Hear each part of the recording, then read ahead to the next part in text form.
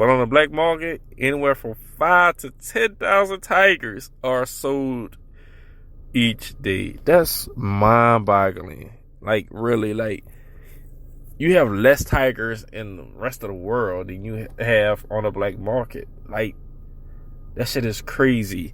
And it just goes to show you that poachers and, people like that, I want to say hunters, but I think you probably say poachers and tiger sellers like Joe Exotic and the rest of these crazy ass idiot people, Carol Basket.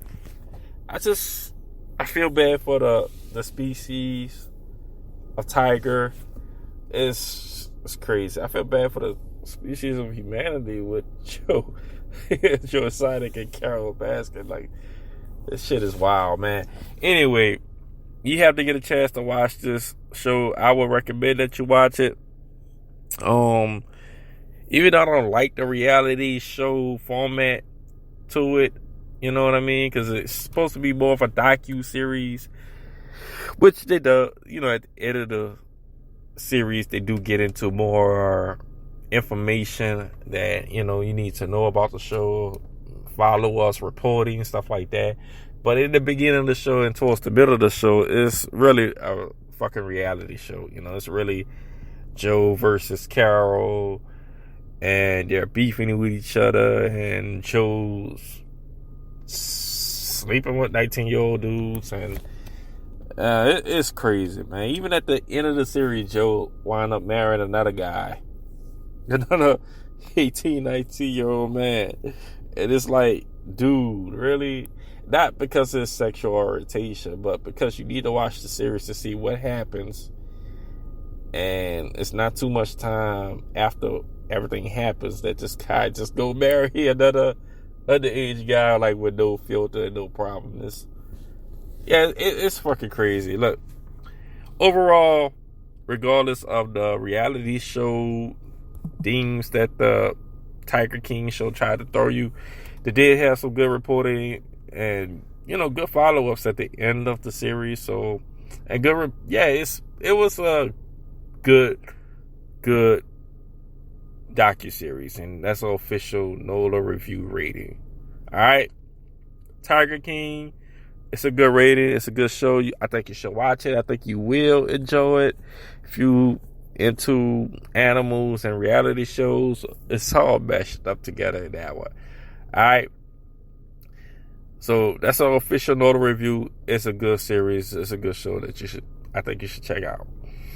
Love is Blind is on the deck next right now, and it's weird because Love is Blind, I didn't know what it was. My wife hooked me up with that show, hooked me up with the details on the show because she wanted to watch it with me, and we never really watched it together, but we both watched the show. And all it is a dating show. It's another dating show. It's like Flavor Flav looking for love type show. Flavor in Love, whatever the fuck Flavor Flav show was called. But it's one of those type shows. But it's geared to marriage mostly. It reminded me a lot of, like I said, Marriage at First Sight, because of they're hooking you up without you really getting to see that person at all. You get to conversate with them and talk to them on Love is Blind at the very least before you marry them. And to me, and with shows like this, it seems like you get a lot of contestants that just want to be on the show just to get on TV and shit like that. And you have probably one or two people that are very serious about this and very serious about the process of it and want to actually just find somebody to love, you know what I mean?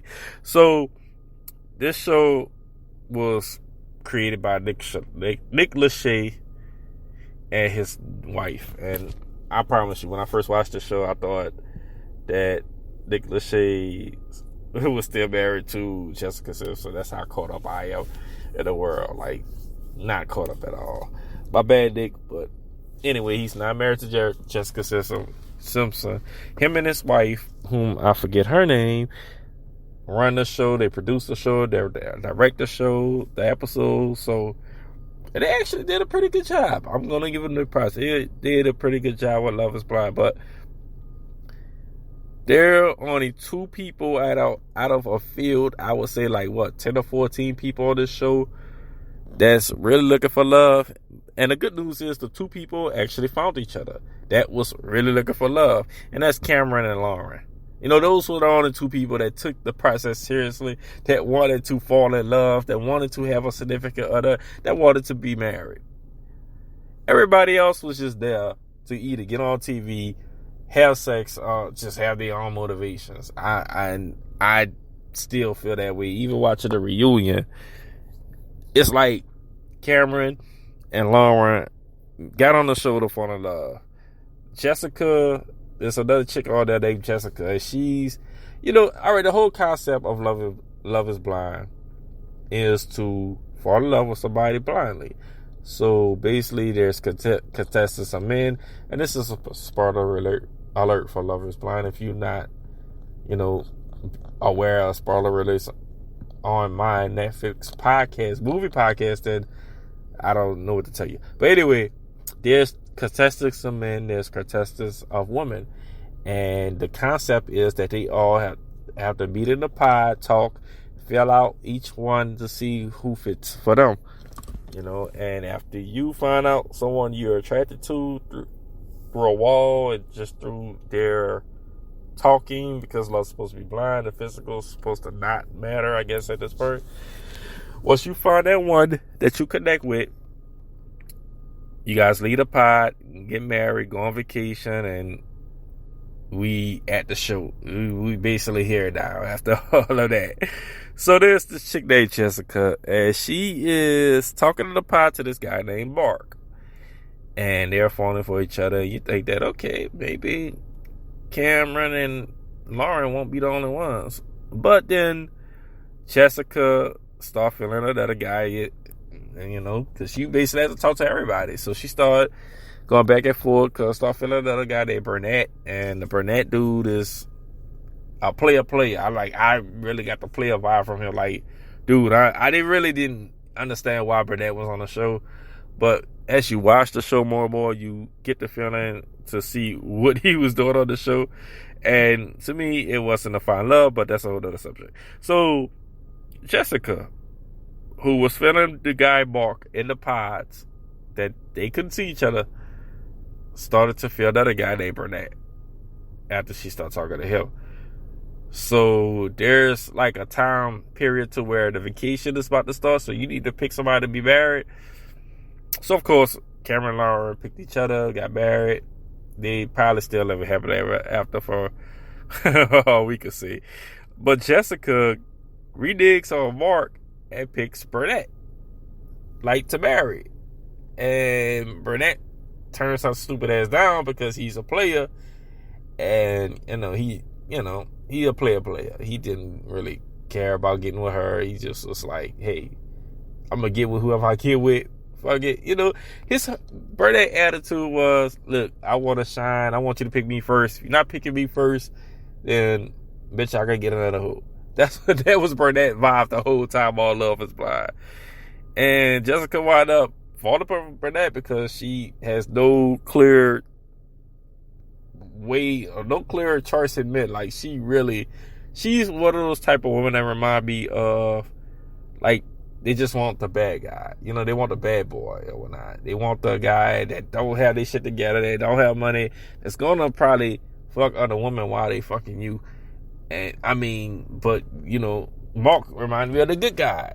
So it's like she chose the bad guy because that's what she wanted. So it was fucking crazy, because after Burnett turned her down because he a player, she tried to run back to Mark. She actually does run back to Mark I'm sorry, now I want you since I got dismissed, and told no by Burnett.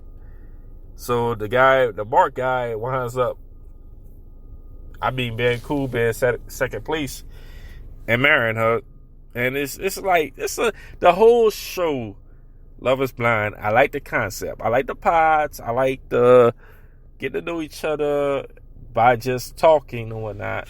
Because I think, that's one of the good aspects of media and so on, as well as physical attraction. But this is a show, so they're not gonna, you know what I mean? They're not gonna do all that. They just it's for TV. At the end of the day, Cameron and Lauren, I felt like they went on the show for good reasons, found each other, and I'm happy for them. They're interracial. They're a good couple. They're two good people. There happens to be, two different races, and I think they should continue to try to make it work. Jessica is just horrible, terrible at choosing men, and I just hope she gets played for the rest of her life, based on what the shit she was doing at the show.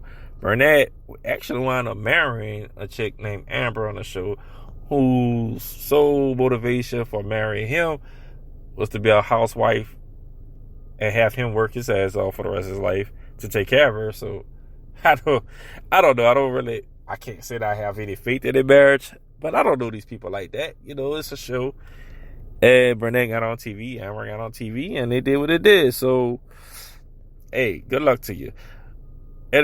Look, at the end of the day, I think Love is Blind is a better show than Marriage at First Sight, because Marriage at First Sight, you're literally just getting set up based off what you like and what your partner like, without seeing, talking, or knowing nothing about the other person. And I have strong feelings against that. Love is Blind at least give you the conversation aspect, and you gotta find your way through there. You know what I mean? They even had a guy on there from Opelousas, Louisiana, the same place where all my in-laws, my wife and her in-laws are from, and he was gay. He was gay, but he's one of those media personalities that wanted to get on TV. See what I mean about people that just not taking the process seriously, just looking for some kind of TV breakout role? That's basically what the whole cast was, other than Cameron and Lauren. But hey, if you like that kind of thing, you will have a good time watching the show. If you hate that kind of thing, and those type of shows like that, you won't, obviously. But I still would say Nola Reviews ranking, official Nola Reviews ranking, Love is Blind. It's a good show. No alcohol. Like, you don't need to get high to watch Love is Blind. You're gonna enjoy it for what it is. But men like me, you just basically gonna see all the headaches and all the crazy shit and all the people that just want to be on there for TV and dissect it quickly and just kind of wait for the reunion or wait for the end, because you already know what's gonna happen, basically. All right, so that's just the truth on that. All right. And last but not least, McMillions, that came on HBO, that premiered on HBO. McMillions. Now, McMillions was this show, and I'm pretty sure we all ate at McDonald's once or twice. Still currently probably a lot of times eating at McDonald's. But we all remember McDonald's had this Monopoly game, right? Now, McDonald's had this Monopoly game, and in order to win, you either had to get, you had to basically play the game of Monopoly. It's a marketing company that got with McDonald's and, basically sold this Monopoly game to them with the Monopoly people. They all got together and they sold it to McDonald's. McDonald's sponsored this game, and it was like a little seasonal, every year type of thing around this time of year that people will play McDonald's and trying to win a grand prize of $1 million. I think it was $1 million. But anyway, I remember the Monopoly game hosted by McDonald's every season, because I used to try to win it, not knowing that I really had no chance of hell of ever winning it. Well, actually, probably knowing that, but wanting to believe that I could probably get $1 million from McDonald's. But yeah, that never really happened, and it never was going to happen, because McMillions is a documentary. Spoiler alert for all you people that don't want to be spoiled. Spoiler alert right now.